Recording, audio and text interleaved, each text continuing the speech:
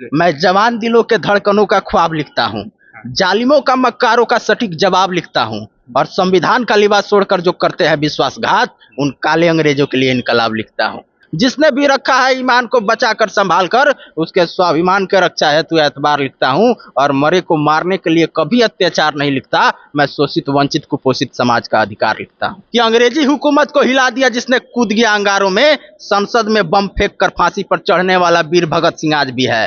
अंग्रेज धर्म बिगाड़ रहे थे हिंदू मुस्लिम दोनों का, तो मेजर ह्यूसन को गोली मारने वाला मंगल पांडे आज भी है। हमारे एग्जाम्पल में देख लीजिए, मनीष कश्यप को देख लीजिए, देश हित में आवाज किए, समाज के लिए आवाज उठाना शुरू किए, तो देशद्रोही तत्वों द्वारा उनको कितना परेशान किया गया। 26 वर्षों में 17,000 से अधिक डॉक्टर बना चुका बिहार एवं झारखंड के छात्रों के बीच विश्वसनीय संस्थान गोल।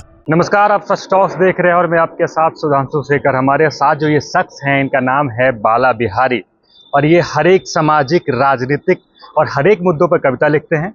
उन मुद्दों पर कविता लिखते हैं जिन पे कटाक्ष हो सके, और इसी कटाक्ष के साथ एक कविता की शुरुआत करते हैं। देखिए, सबसे पहले तो मैं आपको बता दूं कि मैं क्या लिखता हूँ।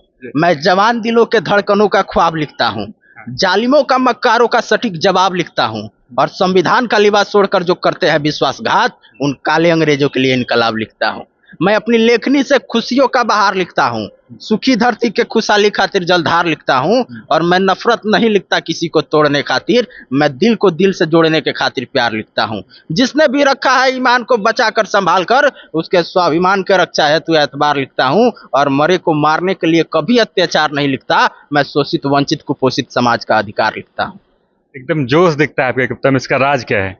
नहीं, देखिए, जोश युवा के अंदर जोश होना चाहिए। एक युवा जो भारतीय है उसके अंदर देशभक्ति होनी चाहिए, ईमानदारी होनी चाहिए, वफादारी होनी चाहिए, और जोश होनी चाहिए, पुरुषार्थ होनी चाहिए, तो ये रहनी चाहिए। ये तो भारत की इस मातृभूमि की खूबी है। तो देशभक्ति पे कुछ कविता नहीं लिखी है आपने? लास्ट टाइम तो आपने सुनाई थी एक दो, अब कुछ नया है क्या आपके पास? देखिए, देशभक्ति पे कविता है। ये भारत भूमि जो है ये कभी वीरों से खाली नहीं होती है।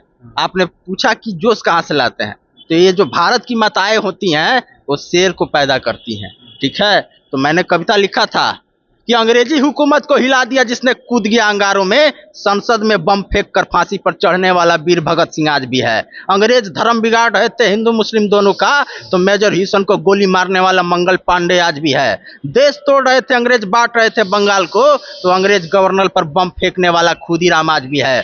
कि राष्ट्रभक्ति दिल में लेकर चलने वाले आज भी हैं, और अंग्रेजों से फांसी ना मिलने पर रोने वाले बटुकेश्वर आज भी हैं। अंग्रेजों को थर्रा दिया था जिसने अपनी भुजबल से, वो भारत माँ का वीर सपूत चंद्रशेखर आज भी है। और अंग्रेजों को कपा दी थी जिसने अपनी शक्ति से, वो वीरांगना भारत की बेटी लक्ष्मीबाई आज भी है। और पग पग पर ललकारा जिसने कुटिल कायर अंग्रेजों को, वह रणधीर सूरवीर तात्या टोपे आज भी है। और फिर पुकार रही है मातृभूमि, पीड़ा की आवाज आज भी है। और इस मातृभूमि पर शीश चढ़ाने वाले लाखों अनुरागी आज भी हैं। और साफ साफ शब्दों में सुनो देशद्रोहियों, आजाद हिंद फौज आज भी है, और देशद्रोहियों को कपाने वाला कवि बाला बिहारी आज भी है। देश तोड़ने वालों को तोड़ने वाले योगी आज भी हैं, और कर्तव्य पथ पर चलने वाले देशभक्तों के भक्त आज भी हैं।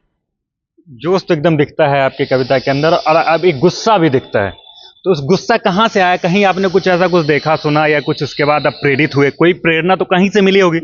इस भारत भूमि पर जब भी कोई देशभक्त अपने मातृभूमि के लिए कार्य करने लगता है, तो असामाजिक तत्व और जो देश विरोधी तत्व हैं उनको दबाने के लिए वो हर ओछी हरकत करती हैं जो देश हित में देशद्रोह के श्रेणी में आता है। हमारे एग्जाम्पल में देख लीजिए, मनीष कश्यप को देख लीजिए, देश हित में आवाज किए, समाज के लिए आवाज उठाना शुरू किए, तो देशद्रोही तत्वों द्वारा उनको कितना परेशान किया गया। ठीक उसी तरह हमको भी धमकियां मिलती हैं। अब इन लोगों का बड़ा प्लेटफॉर्म है तो इन लोगों का दिख जाता है। हमारे छोटे से सब्सक्राइबर्स है, 3 लाख सब्सक्राइबर। धीरे से धीरे तो ऊपर उठेंगे। आपका जो कविता है वो दिल पे लगता है, ये सब बोलते हैं।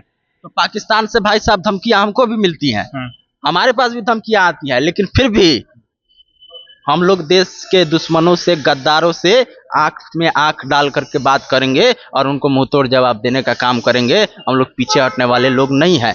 अपना जीवन और अपना तन मन इस देश के लिए और मातृभूमि के लिए समर्पित करके तब कविता लिखते हैं। अच्छा, बीजेपी से भी जुड़े हुए हैं आप? बिल्कुल, भारतीय जनता पार्टी से जुड़े हैं हम। नए प्रदेश सचिव बने, उनके लेके क्या कहेंगे? हम तो बहुत बहुत शुभकामनाएं देंगे कि उनके नेतृत्व में भारतीय जनता पार्टी बिहार में विकास करे, और जो भारतीय जनता पार्टी में जो कमियां हो उसको एक एक कमियों को देखें, और हम उनको व्यक्तिगत सलाह भी देंगे।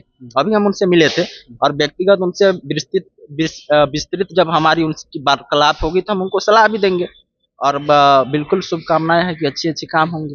लास्ट में इस देश विरोधी भ्रष्टाचारियों लोग के लिए क्या कहेंगे? देखिए, पहले तो हम बता देते हैं कि जब बात बिगड़ जाती है तो काम कायदा करती है, और लोग जब हार जाते हैं अंग्रेजी दवाई से तो आयुर्वेद ही फायदा करती है। जब बात बिगड़ जाती है तो काम कायदा करती है। लोग जब हार जाते हैं अंग्रेजी दवाई से तो आयुर्वेद ही फायदा करती है, और टूटती नहीं आखिरी सांस तक जो दीवानगी वायदा करती है। और हिंद की माताएं ऐसी होती हैं जो मोदी जैसे शेर को पैदा करती हैं। तो इनका सीधे तौर पर कहना था कि हिंद की माताएं जो होती है वो मोदी जैसे शेर के पैदा करती है। उनका और भी कहना था कि ये ऐसे ही सामाजिक मुद्दों पे और देश विरोधी लोगों के लिए कटाक्ष करते रहेंगे, लिखते रहेंगे। बाकी इनका कविता आपको कैसा लगा कमेंट बॉक्स में जरूर लिखें और देखते रहें सच टॉक न्यूज़।